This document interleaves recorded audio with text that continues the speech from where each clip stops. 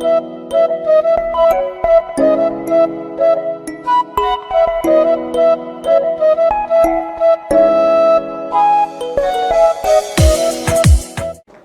சின்ன கதை சொல்லலாமா? ஈசாப்னு கேள்விப்பட்டிருக்கீங்களா? அவர் தான் இந்த பாப்பா கதை, குட்டி கதையெல்லாம் நிறைய எழுதினவர். உண்மையில் ஈசாப் வாழ்ந்து 2000 வருஷம் ஆயிடுச்சு. அவர் ஒரு அடிமை, ஸ்லேவ். அவர் அடிமைன்னா என்னன்னு தெரியுமாப்பா? அந்த காலத்தில் வீட்டோட அடிமைகளாக வச்சுருப்பாங்க. அப்படி இருந்த ஒரு அடிமை அவர். அவர் வாழ்ந்த அந்த வில்லேஜில், அந்த கிராமத்தில் வச்சுக்கோங்களேன். அப்போல்லாம் கிராமம்னே இருக்காது, சின்ன சின்ன பகுதிகளாக இருக்கும். அங்கே ஏதோ ஒரு பிரச்சனை, அதனால் அந்த கிராமத்தோடு காலி பண்ணி வேறு ஒரு ஊருக்கு போகிறாங்க. அங்கே போக 2 நாள் ஆகும். அப்போ எல்லோரும் மூட்டையை கட்டினப்புறம் மூட்டையை யார் சுமக்கிறது? அடிமைகள் தான் சுமந்துட்டு வருவாங்க. இந்த அடிமைகள்கிட்டே கேட்குறாங்க, எந்த மூட்டையை நீ சுமக்க போகிறாய்ன்னு கேட்குறாங்க. நீங்களே சூஸ் பண்ணலாம். அதான் அடிமையாக இருக்கிறதுக்கு ஒரு சின்ன கன்செஷன். நீ என்ன மூட்டையை தூக்கணுன்றதை நீயே முடிவு பண்ணிக்கப்பா.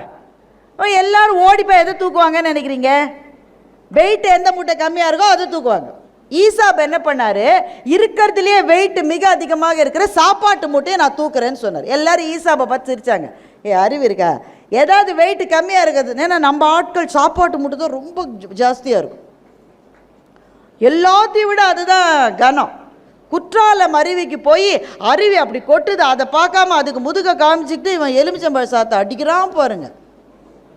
மூட்டை நமக்கு எப்போவுமே சாப்பாட்டு மூட்டை தான் வெயிட்டு.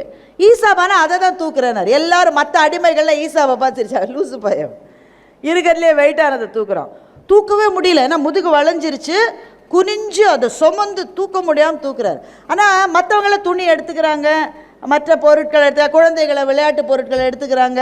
சில பேர் பிள்ளைகளை தூக்குறாங்க. பிள்ளை வீட்டில் கிளம்பும்போது நல்லா தான் இருக்கும், சாதுவாக நல்லா வரும்.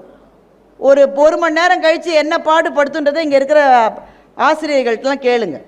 தலையை பிடிச்சி இழுக்கும், காதை பிடிச்சி கடிக்கும். அப்போ மற்றவங்கள்லாம் அதை சுமக்கிறாங்க. ஈசாப் மட்டும் இதை ஏன் சுமந்தார்? அவர் முட்டாளா? என்னன்னா, சாப்பாட்டு மூட்டையில் சாப்பிட்டு வெயிட்டு குறைஞ்சிக்கிட்டே போகுது. அதுவும் நம்ம மக்கள் அடித்து தூக்குறாங்களா, சீக்கிரம் வெயிட்டு குறையுது. அடுத்த நாள் எல்லாரும் போய் மற்றவங்களோட வெயிட்டு ஜாஸ்தி ஆகுது. இந்த துணியெல்லாம் மடித்து அழகாக வச்சா வெயிட்டு கம்மியாக இருக்கும், சுருட்டி உள்ளே போட்ட பிறகு வெயிட்டு ஜாஸ்தியாகிடும். மற்றவர்களுடைய வெயிட்டு ஜாஸ்தியாகி ஆகி ஆகி எல்லாம் குனிஞ்சிக்கிட்டு போகிறாங்க. ஆனால் அடுத்த நாளிலிருந்தே ஈசாபினுடைய சுமை குறைய கடைசியில் போய் சேரும்போது அவர் கையை வீசிக்கிட்டு ஜாலியாக நடந்துட்டு வந்தார். மற்றவங்களாம் தூக்க முடியாமல் தூக்கிக்கிட்டு வந்தாங்க. நம்ம ஏன் இந்த கதையை சொல்லு? ஒரு பொருத்தமும் இல்லாமல் நம்ம வாழ்க்கைக்கு ஒரு பெரிய பாடம் இருக்குது. இளமையிலே அதிக சுமையை தூக்குவதற்கு நீங்கள் முடிவு செய்து விட்டீர்கள் என்றால் வாழ்க்கையில் போக போக சுமை குறையும். இந்த இளமையிலே இவ்வளவு சுமையை எவன்டா சுமக்கிறது சாமி நீங்க நினைச்சீங்கன்னா போக போக சுமை அதிகமாகி கொண்டே இருக்கும். நீங்கள் எப்போது சுமையை, பாரத்தை சுமக்க விரும்புகிறீர்கள் என்பதை நீங்கள் முடிவு செய்யுங்கள். Greetings everyone, this is Janapatija of Great Well-Be, here to share a few words on the thought, the future belongs to those who prepare for it today. Behind every successful person, there are nights where they wanted to stop. There were days where they want a huge break. But they always remember the dreams, the aim of getting success. Success is not just something which gets into our hands directly. It needs determination, persistent efforts, hard work and sleepless nights. So, whenever you feel of taking a break, remember, today's effort is tomorrow's relaxation. Today's relaxation is tomorrow's worries.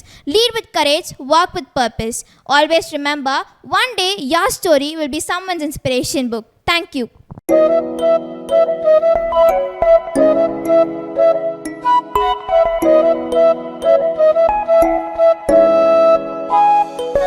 Thank you.